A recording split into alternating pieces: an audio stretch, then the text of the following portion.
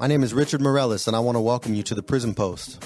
This is your podcast for conversations surrounding the need to reform prisons from the perspective of formerly incarcerated people, community members, and leaders in the restorative justice movement. The Prison Post will feature an episode every Wednesday with people who are in the fight to restore lives and heal communities. And we're back. We're back with Cornelius Edwards. Welcome to the Prison Post. Glad to be back, Rich. Glad to be back.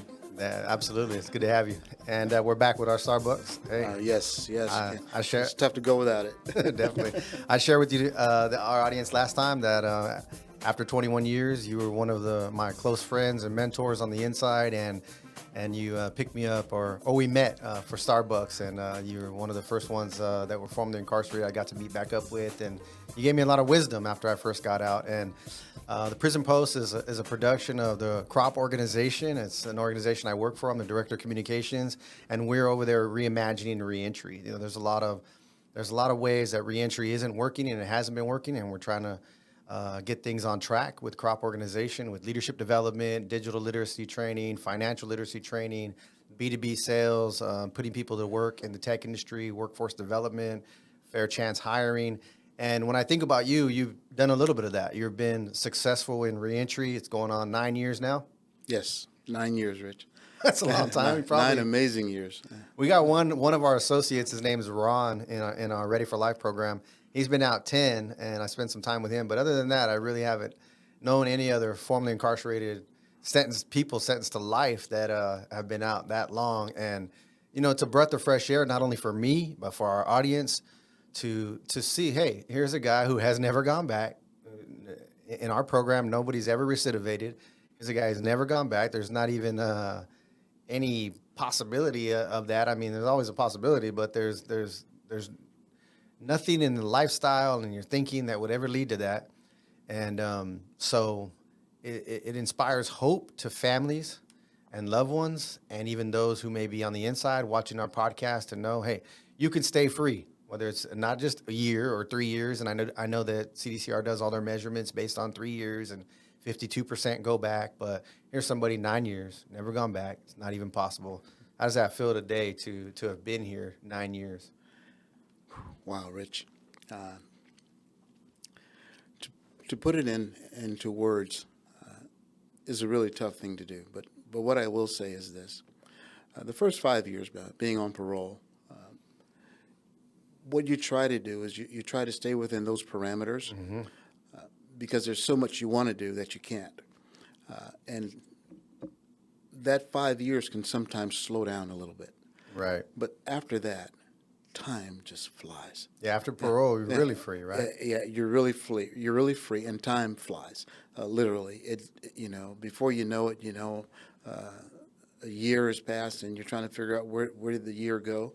You know, one of the things that I do a lot of is, and thanks to social media, is I take pictures of everything, every place I go, whatever I do, because I want to remember what I did that year. I want to remember what I did that month. Yeah, and they come up on your memories. They do. They really do, you know. Where's one place that you've been that it's just, where you were there, you just thought, man, I never thought I'd be here, but here I am? Paris.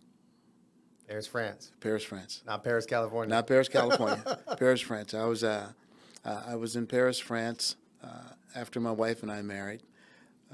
One of my daughters, I have four daughters and one granddaughter, one biological, and 3 that are bonuses, and then my granddaughter. Awesome. by my oldest daughter, and they're all professionals. My oldest is a nurse practitioner.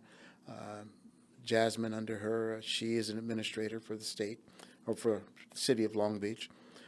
The one under her is a flight attendant. So we basically fly for free. That's right. And then under her, Jennifer. Jennifer is a practicing chef, and she lives home with us. Aside from that, however, I'm sharing that with you to say, because of our position with our children, we're able to travel a lot. That's awesome. Yeah, we can travel a lot, and we spend some money on flights, but not as much as a normal person would.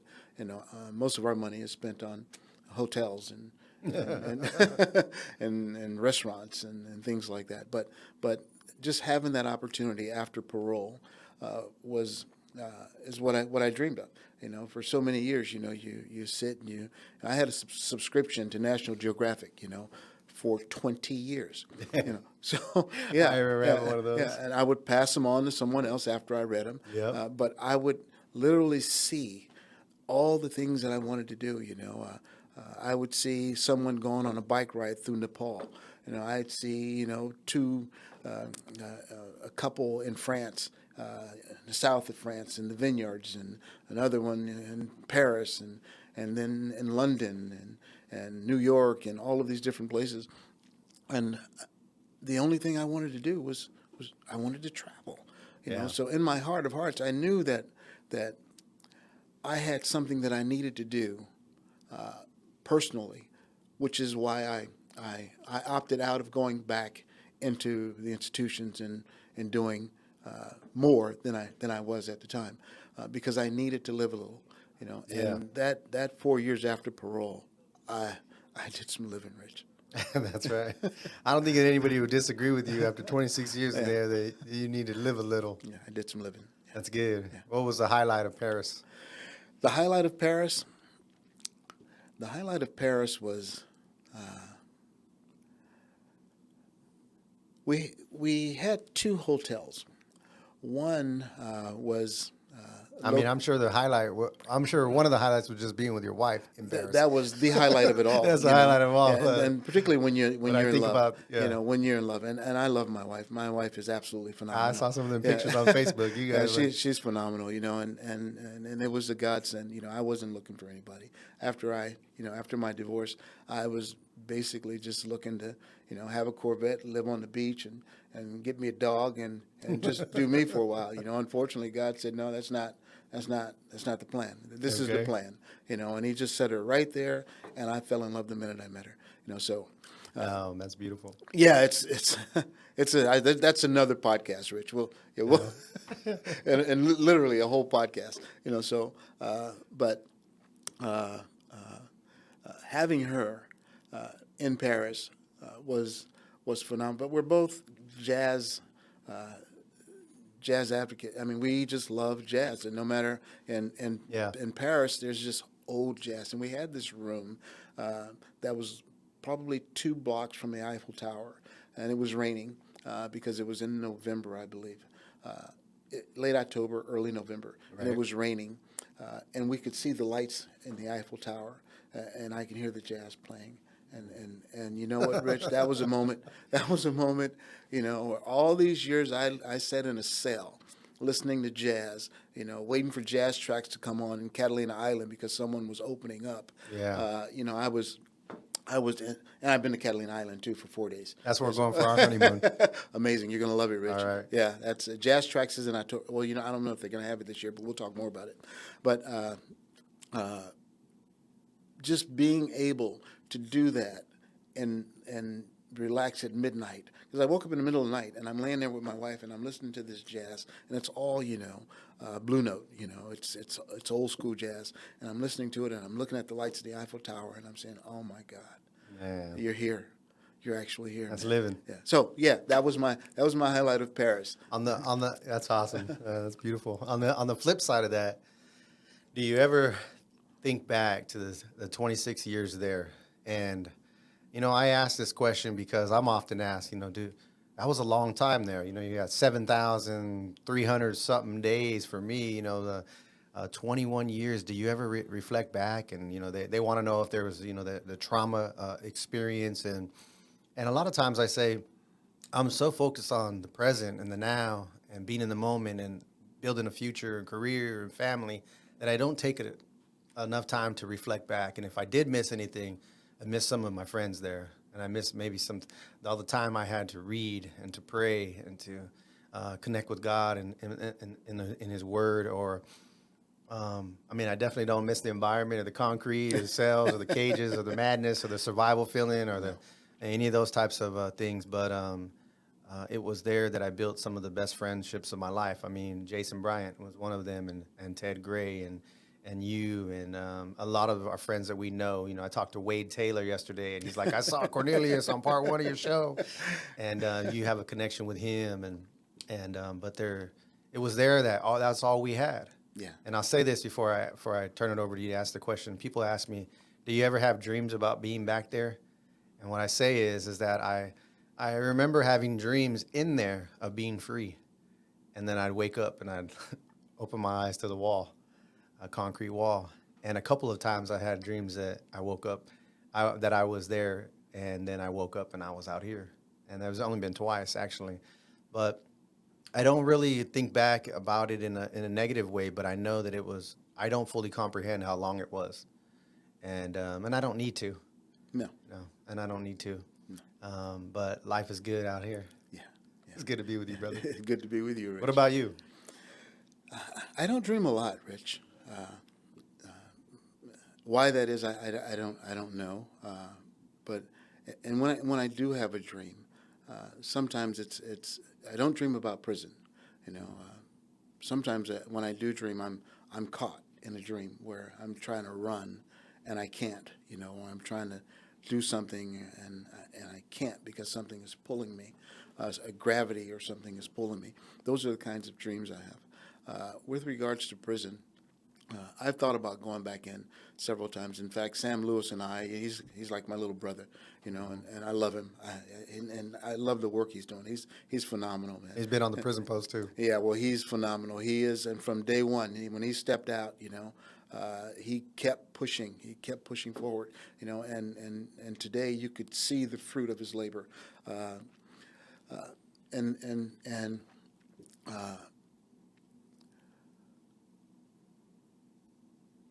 the things that I miss in prison, are relationships like that. One of the things that we can say about our programs was that it created a camaraderie because it all gave us a mission. It gave us all a mission. It gave us an assignment, something that we could focus on. And I think when I do think about prison or going back, because I don't dream, I think about that part of it, about going back and being able to provide something to help someone come home, because that's what we did. That's all we knew. We lived and breathed and breathed going home.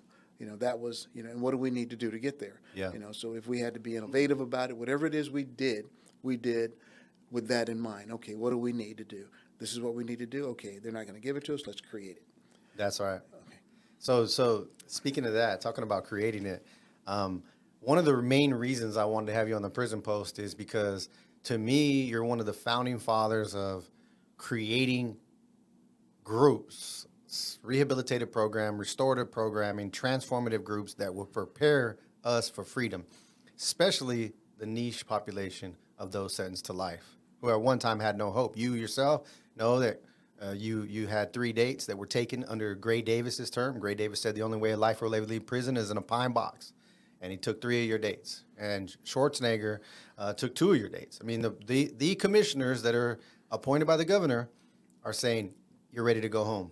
And then they find you suitable for release. It goes up to his desk, and they say, and he says, no, I don't think so, and takes it away. And then you get that news back.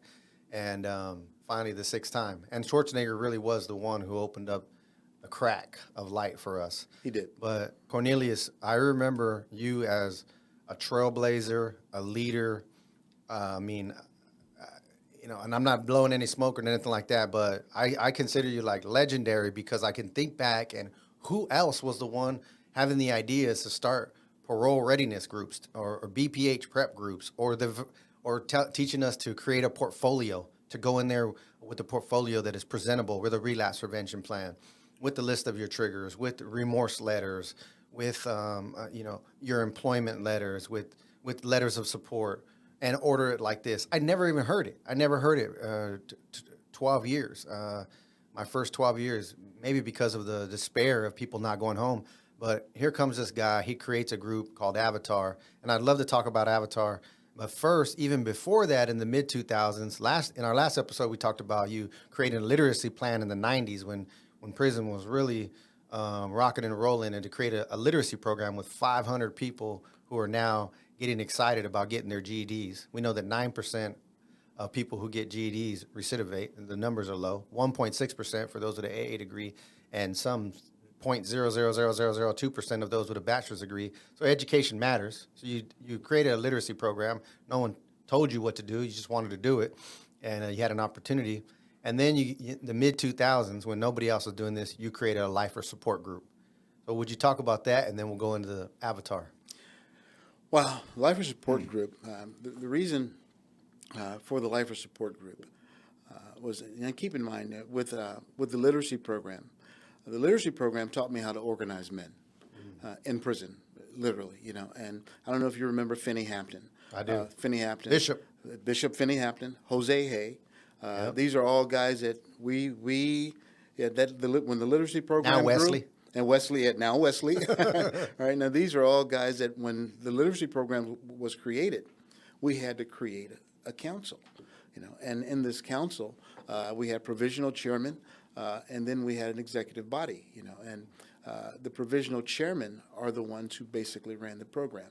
So there was at some point when you get programs that big, there's going to be divisiveness, there's going to be challenges, there's going to be things that will interrupt the progress of the program because of politics. Yeah. And antisocial prison politics. Yeah. A lot of people don't know there's segregation is still alive and well it's alive and in well. there, like the It's 50s alive and and well. 60s. And when you get that many people together from all ethnicities working towards an education, it's going to happen, and because it was a program on such a large scale, we needed to be able to control it because we didn't need that to interfere with the job that we were trying Absolutely. to do. So that was the lesson from that program. That was one of the lessons from that program. So when I left there and we opened up Pleasant Valley, I got involved with the Men's Advisory Council. I was chairman of the Men's Advisory Council, but doing that allowed me to really kind of focus on helping establish the yard so that it was equitable, and we wouldn't have the problems that we would normally have, and we had them anyway. Some things you can't get away from in prison, and violence is one of them. Now, in the process, I was getting ready for my initial board hearing. And getting ready for my initial board hearing, thinking the way I do, I don't want to go in there and just sit down and you just hope it happens. Yeah, you tell me, well, what have you done to become suitable? And I don't even know what suitability is. So I needed to know what was it that I needed to be suitable. When I walked in there, I wanted to talk about suitability because the Life Prisoners Handbook and the Division II stated in clear language what it was, what requirements you had to meet in order to become suitable. And you're talking about Division II, Title 15. Title 15. When everybody goes to prison, you get a book in your cell the first time, or maybe at reception, called a Title 15. It has all the rules of here's what's allowed, here's what's not allowed, here's what you get in trouble for, blah, blah, blah. And what people don't know about is there's a Division II. For the BPH. Right? Yeah. And it lays out how to go home. How to go home. And I'll cut you off, but a lot of family members with incarcerated loved ones don't know this book exists. Most people in prison don't know this book exists. I've only seen the book one time. It's hard to get, right? But you can order it. You can get it. And really, it lays it out. And now there's a Division II, and there's also the Life Prisoners Handbook. They kind of go hand in hand. And because of laws that were established for life prisoners that were basically fought for, they're in the Life Prisoners Handbook. Often, the Division II will refer to the Life Prisoners Handbook because that's where the actual law is that supports the rules that they have in place. So once I started looking at the Division II and the requirements for being found suitable, what I learned was that at my initial hearing, I was automatically supposed to be found suitable, provided I didn't do anything crazy. And then they were supposed to set my parole date. And based on that, I mean, they can set it 5 years, 10 years, whatever they want to do. But I would go to progress hearings every year, every 2 years after that. And they would give me a list of things to accomplish before I could actually go home. That never happened. So when I walked into the parole board, this is what was going through my mind. Okay, you're going to find me suitable, and then you're going to tell me what it is I need to do in order to actually go home. That never happened. They disregarded it. So I'm going to rewind for just a second. Go ahead. In getting ready, I learned that no one knew what we needed to do to go home. No one. I mean, I would talk to old lifers, and they would say, well, I heard of the Life Prisoner's Handbook, but, if you read it, they'll tell you, what it is you need to do in Division 2, but they ain't let nobody go home, And that was the attitude. Nobody was going home. Gray Davis was he was a governor, and the rule was if you leave, you're going to leave in a pine box. And that was unacceptable to me. That was just not, it was not acceptable. If the rules say you're supposed to set my term and tell me what it is I need to do to go home, then that's what we should be going by. Now, what is it that I have to do in order to make that happen? So, because I knew that there were a lot of people who didn't know, I said, you know what? We need to figure out how this works. And the only way that we can do that is to start communicating. We have to create a group where we can invite people in so that someone other than us can start taking a serious look at why we're not going home. Because someday we will go home. Yep. And the idea behind the Life Prisoners, the Life Prisoners support group in Pleasant Valley was to create a bridge between life prisoners and the community to say, okay, eventually we're coming home. How do you want us to come home? We want to come home, and we want to integrate ourselves into your community. We want to be upstanding citizens. We know we screwed up, but we're trying to fix that right now. How can we communicate what it is that you want from us?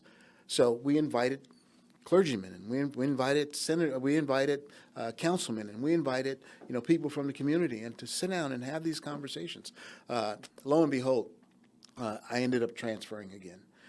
The Life Prisoner Support Group, I believe, kept going. I don't know how far it went, because once I left and went to Soledad, things changed a little bit. But in the back of my head, that program, I knew the necessity for that program. And there was probably a fire or buzz because you go there and you're like, oh, there's Life and Support Group, so I'm going. Yeah. If there's something for a lifer, I'm going. And then you get there, and then all of a sudden you're getting all this new information. You're like, where are you getting that? Let me get that. There's a buzz. People start learning, get informed, and hope is created. And that is incentive to truly transform. Hey, I can't stay this way. What is the community saying I need? What do I want? Education, vocation, any type of training to prepare myself for freedom, even though it could be 10 years from now. Mm-hmm. And the beauty of it, Rich, is all of that was available. All of the training, all of the education, it was all available. One thing about CDCR, there's plenty room, there are enough educational programs there for you to learn something. And sometimes learning what you don't want to learn is a good thing. Yeah. And I think we talked a little bit about that the last time. But once I got to Soledad, I knew at that point what it would take to get found suitable. So I really started focusing on making sure that I stayed out of trouble, making sure that I participated in programs that were conducive to addressing my past. And because when you go into the Board of Parole hearings, they're looking at, number one, why you're there, and number two, what led up to you getting there. Right. And you need to be able to address all of it. Right. Because if you don't, you're never going to go home. That's just period. That was the rule. So if you had anger issues and you don't come with anger management, you come back in 3 years. Come back in 3 years. You haven't addressed it. Right. Well, what did I do? I don't know. You figure out what to do. I'm sure there's a program in there somewhere. And the sad part about it is that some had issues that they needed to address, and there were no programs. Right. There were no. Now they would tell you to go. Well, you know what? You need to create a relapse prevention plan. And where do I get a relapse prevention plan from? There's no place in here that teaches me how to write a relapse prevention plan. So there are some who go to board that are informed. Hey, go take anger management. Well, there's no anger management group, so I guess I'm just going to do nothing. But on the other hand, there are others like yourself who said, there's no anger management here. Let me go create one. Exactly. Right? There's no. I've never heard relapse prevention plan. So let me go to this library, or let me have a loved one go on the internet, find out what that is. Let me get some information here. Let me write one. Let me create one, and then let me spread it to this whole population here. Exactly. I took it a little further than that, Rich. I actually went and ordered the books from Terrence Gorski. He is the relapse prevention guru, and I ordered all of his material and I studied it, and I said, okay, now let me create a program. But I'm going to get into that in just a moment. Go for it. Because what I needed to do, I was being a little selfish. I got involved in some programs, but it was all because I needed to make sure I was prepared to go to the Board of Parole hearings. And I needed to prove to myself that I could get found suitable. And not only did I want to prove to myself, but because I had such hope in getting found suitable, when you share this, with different people, different individuals, they look at you like, hey, you ain't going nowhere. They ain't finding nobody suitable. Yeah. And that was the atmosphere. Yeah. And I needed to prove it to me, but I also wanted to show other people that yes, you can get found suitable. In spite of everything else that you think, you can get found suitable. I don't care how many shoot terms you've done. I don't care. Whatever it is you've done is fine. The key is to address them. So the first time I went to the Board of Parole hearings and got found suitable, Rich, was 2003. And when I got found suitable, nobody believed that I would get found suitable. I didn't. I believed I would get found suitable because I kept going. But when they came back, it lifted this burden off my shoulders because every time I go to the board for instance, my initial hearings or after my initial, I go to a Progress hearing. to a progress hearing, they'd say, well, you're close, you're really close, but you need to address that. There's still some issues you need to address, and then you'd have one commissioner say, I probably would have found you suitable today, but because of this, and those are the things that I would key in on. I would lock in on those things, Rich. I mean, literally. Of course. And if you told me that, what, you had an anger issue, or because you sold drugs, there's something about you and communities where you just don't care about communities. Well, what I'm going to do is find something to combat that. Find something that says, okay, you know what? I agree. I screwed up. Yes, I was destroying communities. Yes, you know what? I used alcohol or drugs or whatever it is. Whatever it is, yes, I did that. But this is what I've done to remedy that. Then and now. Then and now. And as long as you address those things, they can't constantly bring them up. Eventually, they ran out of stuff with me. Mm-hmm. When they ran out of stuff, they had to find me suitable. And then once they found me suitable, I think some found me suitable and knew that the governor would take it. In fact, the first time I got found suitable, he said, you got a long way to go. He said, you got past this part. He said, but you have a long way to go. And I said, you know what? It's okay. I one step at a time. I need to get over one hurdle at a time. And that was the first time I got found suitable. And after that, I started having conversations with friends and comrades and people who were in the same boat that I was in. And they were asking, man, what did you do, man? You got found suitable, and you only have this amount of time, man. I've been locked up 30 years and I can't get found suitable. What did you do, And I had created a portfolio. That's where the portfolio thing came from. I created a portfolio, and I actually had it divided into sections. Every program I've taken, my support letters, job offers. I had everything. My psych reports. I had everything just lined up. So if they had a question, I could go right to it and pull it out and give it to them. Yeah. And I would even make copies of them and send them to them beforehand. I can't say how profound that is because yours was the first one that I ever saw. And the immediate I saw, I said, man, why didn't I think of that? I need one of those. I still have mine to this day. I have mine, Rich. I almost brought it with me, But the thing is that we all needed them. Yeah. And I realized that soon after that, after having these conversations, talking with people, and talking and developing these relationships with, and they're all family, everyone that I'm talking about, and even Bert Cole, Yeah. he would come over and sit next to my bunk and say, man, what do I need to do, man? Yeah, Burt And Cole, yeah, and trailblazer. and he would sit down, man. And I would show him, this is the portfolio, man, and he'd go get it. He'd get a portfolio. He'd come over. He said, I ordered my portfolio. I said, okay, come on over. We'd sit down on my bunk, Him and I too. would walk him through it. Yep. Bill Sizemore, another one. Hey, what did you do? This is what I did. He'd come over. So I realized the importance of the portfolio, but more than anything else, we had to understand what it was we needed to do Right. in order to get found suitable. And after I got found suitable that time, getting found suitable wasn't the hardest thing to do anymore, because I went back 5 times after that and got found suitable. Now, once I got found suitable, I knew what it was we needed to do to get found suitable, but I needed to be able to share that with everyone. I needed to be able to put that in a package that says, listen, man, this is what I did. All right. And now, because I did it doesn't mean it's going to work for everybody else. No, I mean, you could have a beautiful packet, but a wicked heart. Exactly. And if your heart and your internal transformation isn't there, even the beautiful packet ain't going to do it. No, because they'll see right through it. Right. They'll see right through it. You go and have somebody write you this amazing laudatory chronicle about places you've volunteered and things you've done, and the bottom line is you haven't done any of it. If they ask you about any of it, you're done. If they tell you, to create a relapse plan, and you go ask someone else to write the relapse plan, and they start talking about triggers, and you don't know anything about triggers, guess what's going to happen? They're going to slap you. So the portfolio is really for you to recreate yourself. Yeah, it's really about you saying, okay, this is who I was, and this is who I am now. And that's what the portfolio was. That's what the portfolio is today. That's right. Yeah, and that's, because you needed to recreate yourself. And it's one thing for me to tell you, because I can tell you anything I want. Right.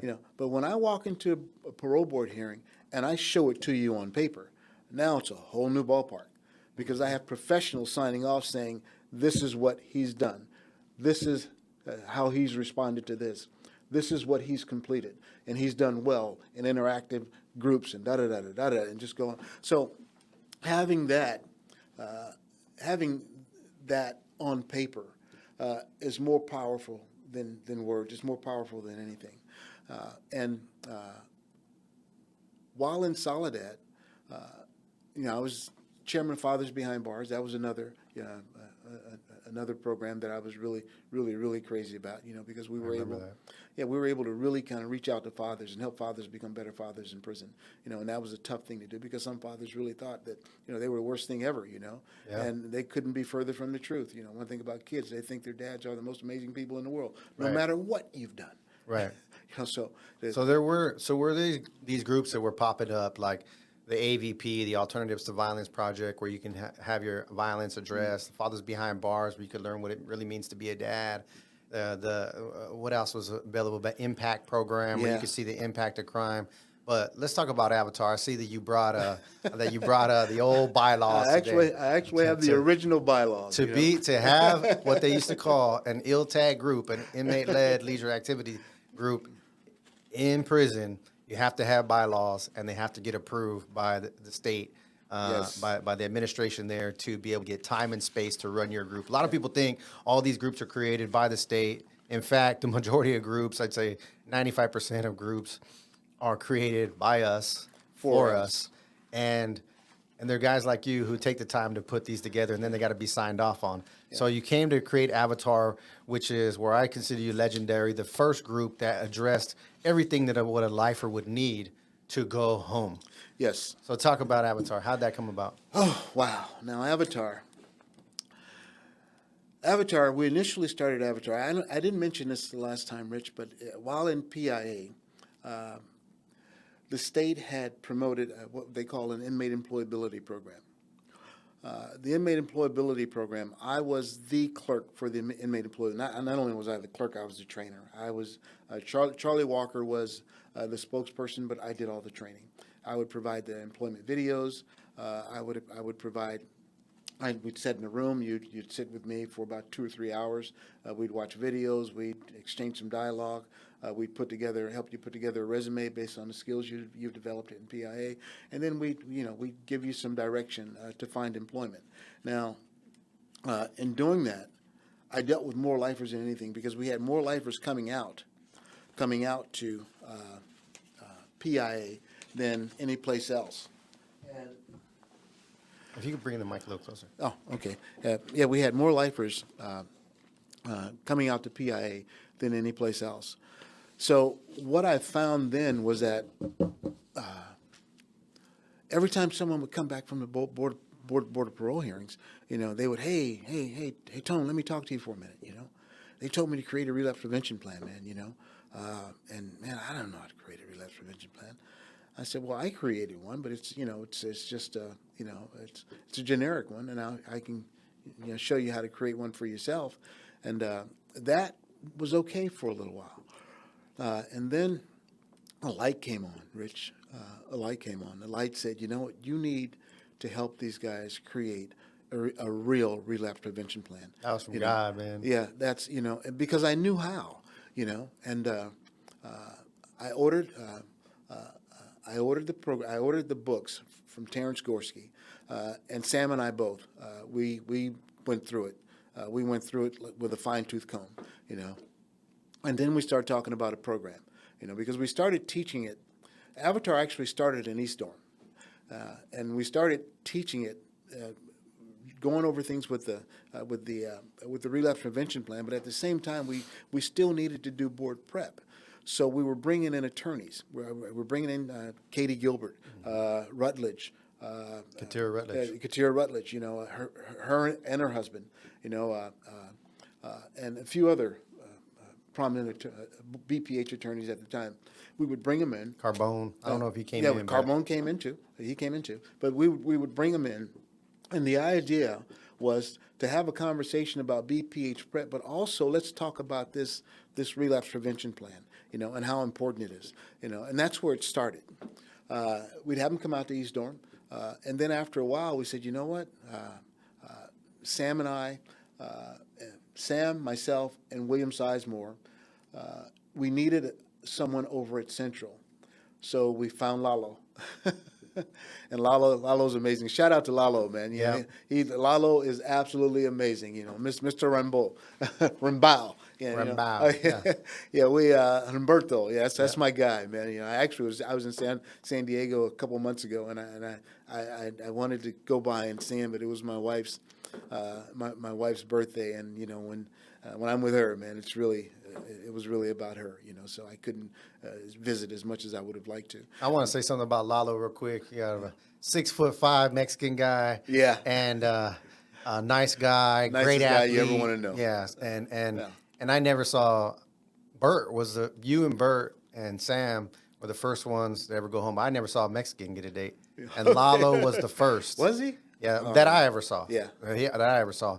And Lalo, he comes back. We're in your Avatar group, and he comes and speaks to us. And we're just, at the time, life was still, the window had barely cracked. There's I only know 5 or 6 guys that are getting these dates, and he was the first Mexican. And I'm saying, just a few years earlier, there wasn't even the possibility, and now there's a possibility, and here's this first guy. Yeah. And I remember him coming back, and he had already had a couple denials, I think. And I remember him saying that, I think his lawyer was Katira Rutledge, but I'm not sure. Yeah. But he said that she told him, do you want to be right or do you want to go home? Yeah. Do you want to be right or do you want to go home? Now, if you want to be right, we can go in there and fight. Yeah. And we'll get denials for the next 5-10 years. But if you want to go home, you need to, and she laid it out. Basically, the message was, are you willing to fall on your sword? Basically, what you said, own your stuff. Own your stuff. contribution. Take responsibility. Take responsibility. You got to do it one time. And it ought to be a way of being anyways. But you need to go in there and fall on your sword. Not, I did this because he did this. And if he would have never pulled a gun, then I wouldn't have pulled a gun or whatever. Forget about what everybody else did. What did you do? Well, just keep in mind, Rich, that for years we had been going to court, and once again, we didn't do it. We did it as a group without saying we were a group, because every law, every case that was won in court for lifers was one for all of us. Yeah. It wasn't one for one specific guy. You know, if he won, then we used that case when we went back. And if we got denied, we used that case and we got in court, and that's how we got home. Yeah. And that's how we got at least back to the Board of Parole hearings, you know, so we could start over again. Taking responsibility was quoted by judges, is that if you take responsibility for what you've done, the bottom line is the board isn't there to retry you. No. The case has already been tried. The only thing you're there to do is take responsibility for what you've done and prove to us that it's likely never going to happen again. In reality, again. they're stewards of the community. Yeah. So that was our job. Our job was to do that part. And if you started out not taking responsibility, your hearing was over before it even started. That's it. Yeah. You know. So back with Avatar. Once we got Lalo on board, you know, and Lalo's that's my guy, man. I didn't get to see him. I keep thinking about that. But once we got Lalo on board, we got to have him on the show now. Yeah, Central was Lalo. Yeah, Central was open for us. It was like because he was our Central guy. He was the head. He was the clerk. He knew all the captains. Whatever we needed to get signed, it was Lalo. Okay, look, we need to get a meeting with it, and Lalo made it happen. Yeah, a little juice. Yeah, Lalo had juice. And that's the thing about programs. That was another one of my lessons that you can't close yourself off. You have to invite other resources in because that's the only way you're going to be successful. Exactly. And in creating these programs, these were lessons that I picked up. And the biggest lesson I picked up is when I started writing the bylaws. Once I wrote them, I would send them over to Sam. Sam would look at them. I'd send them to Bill Sizemore. He'd look at them. And they'd, hey, I don't know, man. Maybe we should change this. And then Put that up real yeah, quick. we would critique it. We would critique it together. And actually, there's a signature sheet on the back with all of our original signatures. All right. Yeah, they have to be signed off on. Yeah, and this is all the wardens and associate wardens. Yeah. And this is myself, William Sizemore, Lalo, and Sam. Wow. Yeah, so and Heinley. And Heinley. Yeah, that was our guy. So but in creating this program, what we wanted to get away from, and I specifically wanted to get away from, was the politics. Yeah.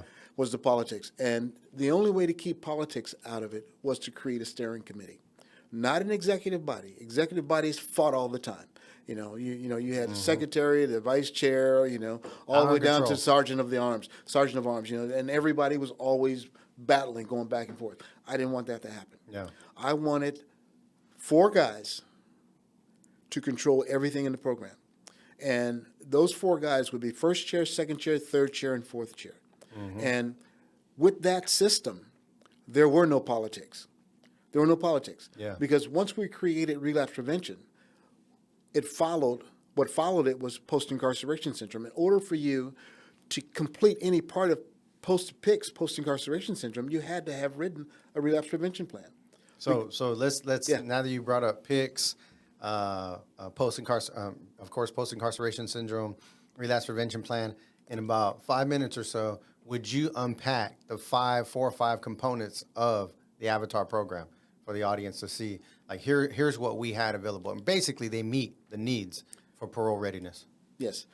So first of all, we had the relapse prevention. Relapse prevention. What we did is we created a relapse council. Relapse council was comprised of approximately 15 to 20 prisoners who had completed accredited drug and alcohol counseling programs. Because the idea was to sit down with every individual that participated in our program, help them create a relapse prevention program that was designed just for them. Not some generic relapse prevention plan, but a relapse plan that was for them. Whatever their circumstances were, whether it was drugs, whether it was women, whether it was whatever it was, we wanted to have a relapse prevention plan for you. And what that did was, once you've addressed that, now we can get into PICS. PICS, post-incarceration syndrome. Post-incarceration syndrome was designed to help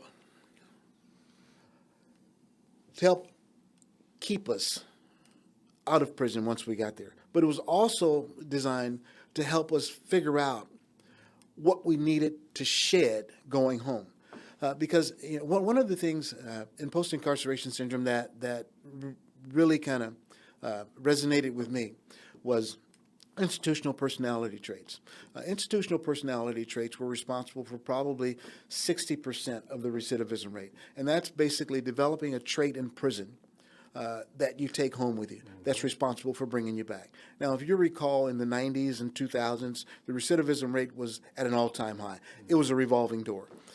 But most of those who were coming back because they had developed something in prison that was responsible for bringing them right back to prison. Your attitude. I got this hard attitude. And I'll just give you an example. I used to talk about this. During some of our presentations. You get a guy. That goes home. He paroles from a level 3, or sometimes a level 4. Depending. And he paroles from a level 4, and level 4, they're at war, literally. Every race is at war. You have the whites and the blacks, the Latinos and the blacks and the whites, the Border Brothers and Southsiders. It's just, there's always a bunch of killing going on, and your mind is adjusted to that because it's a survival mechanism. You have to be able to think like they are thinking. So now what happens when your counselor says, hey, man, we just got some good news from the court. They just dropped your case. You're going home. Now, you've been in prison for 15 years. Yeah. And we're going to you're paroling in the morning. There's a halfway house. We didn't find anything, but there's a halfway house located here. You're not going to be on any parole or anything, but this is a place you can go. And you go check into a halfway house, and lo and behold, you're a black guy. Halfway house is in East L.A. You go over to East L.A., you check into the halfway house, there's nothing but Southsiders in there, and you're like, oh, wow, okay. I just left Folsom, and, it was cracking. It was on and cracking. And what am I going to do? I'm here, and it looked like I might even know that guy, and nobody says anything, but you can feel the tension. Then the next day, you go down to the unemployment office, and that's in East L.A. And you go to the unemployment office, man, and you see a few more guys that you may have seen, in Folsom, on the main line, It's like, whoa, man, I hope they don't notice me. So immediately these survival mechanisms kick in, and you back up against the wall. You back up against the wall, you're looking real funny, you're looking weird, because now you're out here and you're using these same traits that you developed while you're incarcerated. Yeah. And lo and behold, somebody says something. He says something to you, you say something to him, they call the police, and guess what?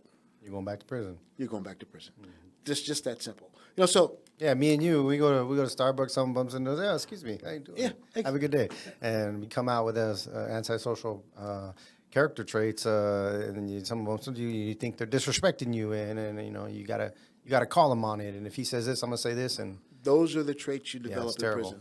Well, the idea with post-incarceration syndrome was to develop those, or at least to make you aware that they exist. Because a lot of times, in most cases, we didn't even know they existed. Right. Yeah, we just went on through our daily lives and had no idea that they existed. Exactly. So once we figured that part out, now it's about, okay, now you understand, what your traits are. We know how, if we do get out, we can stay out if we do these things, or at least we have a chance. Right. Now, the next phase was, let's get into BPH prep.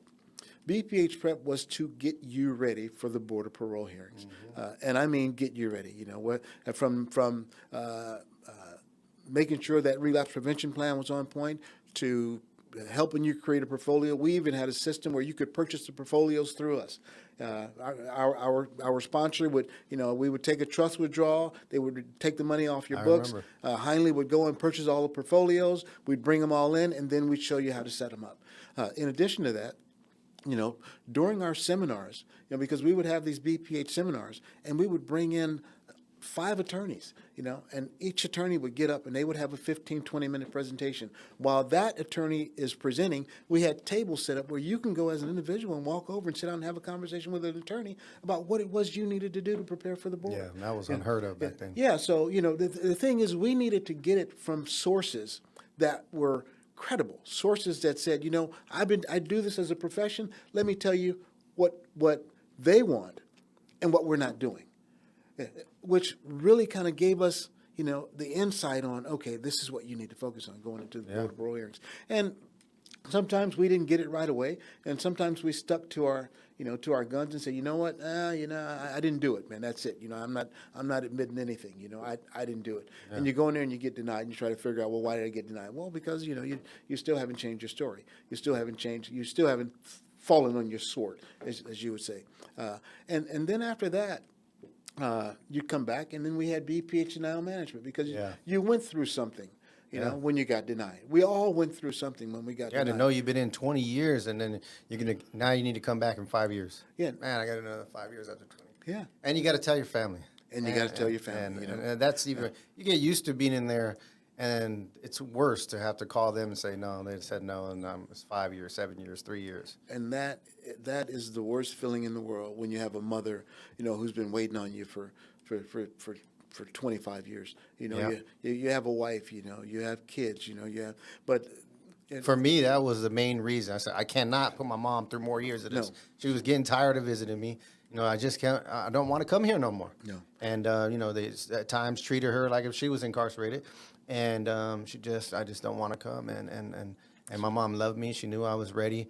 And I said, I got to get this at the first shot. And I remember you telling me, whatever, there's an old language, criminogenic needs, whatever your needs were to get out, take everything in that area. And then when you told me that, I said, I'm going to do 10 times as much in each of those areas because I need to get this date at the first shot. And I was in there 7.5 hours. So they left no stone unturned. you were the first person that I knew that got found suitable on the first shot. Yeah, at their initial. Nobody does that. Yeah, that was like amazing. That was, and in fact, when you did that, everything in Avatar said, you know what, we're on the right page. Yeah. We're on the right page. So, but now BPH denial management, man, because we're going through something, we needed somebody to talk to. We needed to be able to talk about what it was we needed to do to get back up and go back in there again. Because it was really about, figuring out what we did wrong. We're going to hit it again. If I got denied a year, in 1 year I'm going back and I'm going to knock on that door. And any concerns that they had at that time, that was what we needed to be prepared to talk about. Yep. And that's what BPH denial management was. Now, the fifth leg of the program, we brought in a little bit late, but this is just evident of how ingenuity really comes into play. The fifth level of Avatar was alternatives to family violence. Now, keep in mind that when you talk about homicides and violent crimes, a large percentage of it, I won't quote any numbers because I don't know what they are today, but I know a while back more than 60% of violent crimes were committed against spouses, against people we love, particularly when you start talking about murder or homicide. I hate to use that word, or homicide. And the problem was there was no way to address it, because, if we had someone in our group, because I would have guys come to me and say, man, I go in and they tell me I need to do, Domestic violence. Domestic violence, and I there is no domestic violence here, and they were right. Yeah, there wasn't. There was no domestic violence. You can go to your. It's still rare. Yeah, you can go to the psych and have a conversation with them, but there was still no domestic violence. And I said, you know what, we need to come up with a domestic violence program. And lo and behold, this is how God works. I had a cousin who was in there with me, and he had a domestic violence case. And with his domestic violence case, he actually ordered the Alternative to Family Violence book, but he never took the course. So when I saw the book, I said, okay, you know what? This is something that we can do. So I walked over, talked to Heinley, said, hey, Heinley, we need to implement this into Avatar. And he said, okay, what do we need to do? And we found a sponsor up in the education department where we can have the area secluded so no one, because if people found out about, your case, people were quick to judge. So we put them up. We put them up in the education department. We got a really cool sponsor out of the medical department. And we start focusing on domestic violence, which was amazing. And a lot of guys started to go home after that. Yep. I didn't get to see it all because after creating the program, I think I may have went to 5 or 6 groups and then I went home. Yeah. But it was amazing. Well, after you went home in 2012, I mean, I didn't go home until 2019. 21 years. You did 26 years. You know, after you went home, Avatar to me kicked it off in terms of the specific needs that you need to get found suitable, to go home, and to stay free. Since then, not only in Soledad, you know, where I was at 18 years and you were there a long time, but all across the state, probably in every prison now, wherever there's somebody sentenced to life, there are some types of BPH prep groups, parole readiness groups, relapse prevention groups. Everybody's doing it now. But you were one of the trailblazers, and I say thank you. Thank you because if it wasn't for you having that vision and putting action behind that vision, then thousands and thousands of lifers wouldn't be home today. Yeah. And you're a trailblazer. And on behalf of all of our brothers and friends and sisters that have gone home, I want to say thank you on our behalf. And we know that Avatar is still in the prison system. It's going to be going to all the prisons pretty soon here. And it has that perfect method for helping you to get found suitable for parole. And I just want to speak to the audience real quick. You got a couple minutes here. And I would say if you're in prison or you have a loved one in prison and they're sentenced to life, there's hope that they can go home. I don't care if they've been in 20, 25 years, 30 years. Like Cornelius shared, I don't care if you had 15 write-ups, 20 write-ups, you've been to the SHU. I've known everybody under the sun. No matter what the crime, they can go home. And if you're sharing that story, or you hear your loved one sharing the story of, well, they don't have this there, or they don't have that there, or we can't do this there because the state don't provide it. Forget what the state provides. What are you going to do to get yourself home? Order that book, Alternatives to Family Violence. Order Overcoming Emotions That Destroy to deal with your anger management. Order Alternatives to Alternatives to Violence Project books. Order anything and everything that addresses whatever it is that got you there, so you can understand why you did what you did. Get healing in that area. Get remorseful in that area. Express empathy and prepare yourself for freedom. A freedom that you'll stay free and not come back. So you got to really have a no excuses mindset. There's no excuse. If it's meant to be, it's up to me. Okay. And do you want to add anything to that? Yeah, I do. Really quick, Rich. I just want to say this. Developing these relationships and programs, in prison is just one part of it. But I really want to give a shout out to all of the men and women who come home and they keep doing the work. That's right. So you yourself, Sam Lewis, look, man, I am so proud of him. Really, I sat down day after day after day, program after program, and he came and he's never stopped. Juan Greer, and I can go on with a few more. They've come home. Dwayne McElway, Slow, he has 2 transitional homes. There's just quite a few of us who came home and said, you know what, I need to figure out a way to help them when they get here. And kudos to you. Kudos. When I came home, my mindset was pretty much the same, but I needed to eat. And then after I ate, I wanted to live, and I made a choice, to dabble in it as much as I can, to help as much as I can, but not to stop living, and nobody can be mad at you for that. If that's your choice, it's fine. Nobody can be mad at you for that, because you deserve to live. When you did that much time, live, travel, fall in love, do the things that are going to make you happy. Because for so many years we had to be happy in the darkest place, and you don't have to be happy in the dark anymore. You can be happy right where you are. So with that said, man, kudos. Keep doing the work.